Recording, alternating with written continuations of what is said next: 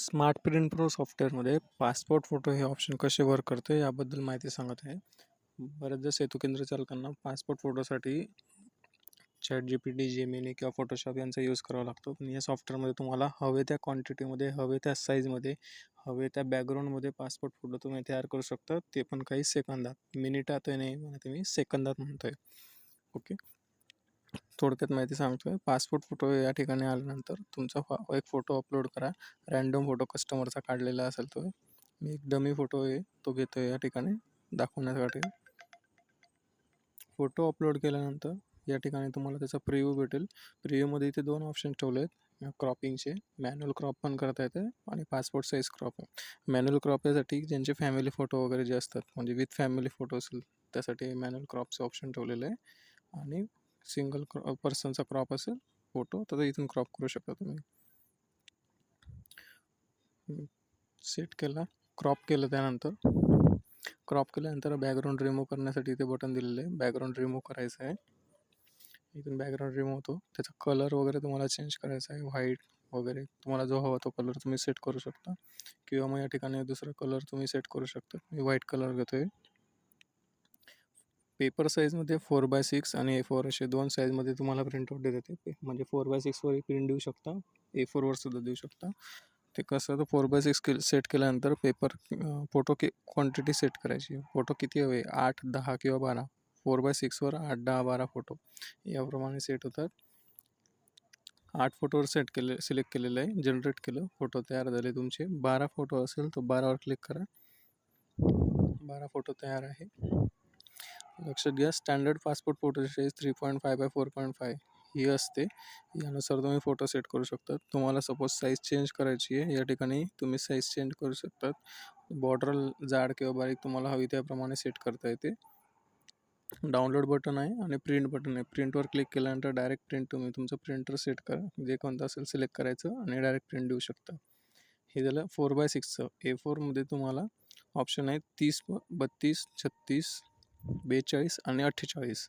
याप्रमाणे तुम्ही फोटो या ठिकाणी तयार करू शकता. तुम्ही ते चेक करू. 30 फोटो सेट केले होते. जनरेटवर क्लिक केलं, फोटो तयार आहे. तसेच 48 सेट केल्यानंतर जनरेटवर क्लिक करा. 48 फोटो तुम्हाला भेटतील. आणखी एक यामध्ये ऑप्शन आहे, A4मध्ये मल्टिपल कस्टमरचे तुम्ही फोटो तयार करू शकतात. जसं की काहींची मागणी असेल कस्टमरची, किंवा मला सिंगलच फोटो हवा आहे, म्हणजे तुम्ही A4 साईजवर एका कस्टमरचे 5 फोटो, तर दुसऱ्या कस्टमरचा सिंगल फोटो असेल, तुमच्या रिक्वायरमेंटनुसार क्वांटिटी तुम्ही त्यामध्ये सेट करू शकतात. यामध्ये मी दाखवतो तुम्हाला. 4x6 A4वर मी क्लिक केलं आहे. क्लिअर ऑल करतो आहे अगोदर. प्लेन व्हाईट A4 साईजचं पेज आहे. फोटो सेट केले, क्वांटिटी 5 फोटो या ठिकाणी आले.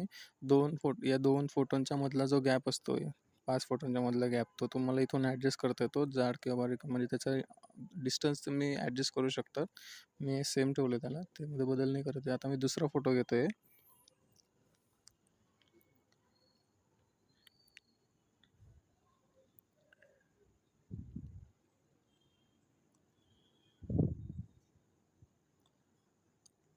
क्वांटिटी सेट केली इथे 1. ॲड फोटोवर क्लिक केलं, फोटो ॲड झाला. तुम्हाला हवे त्या क्वांटिटीमध्ये या ठिकाणी फोटो असे तुम्ही ॲड करू शकता. मी 4 केलं, हे 4 फोटो ॲड झाले. अगोदरचा एक असे 5 फोटो या ठिकाणी ॲड होतात. इतकंच नाही, तर यामध्ये आणखी एक ऑप्शन आहे.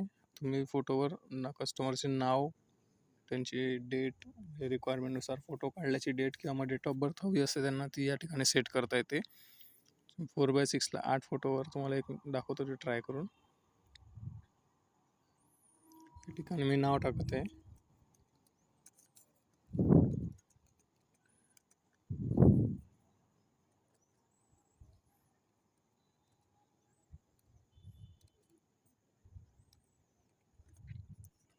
डेट टाकली. टेक्स्टचा कलर ब्लॅकच ठेवत आहे. जनरेटवर क्लिक केल्यानंतर या ठिकाणी फोटो नेम विथ डेट हा फोटो तयार झालेला आहे. याचे टेक्स्ट ॲडजस्ट करू शकतात. हाईट ही जी व्हाईट स्ट्रीप असते त्याची हाईट तुम्ही कमी जास्त ॲडजस्ट करू शकतात किंवा मग त्याला अप साईडला हवं की डाऊन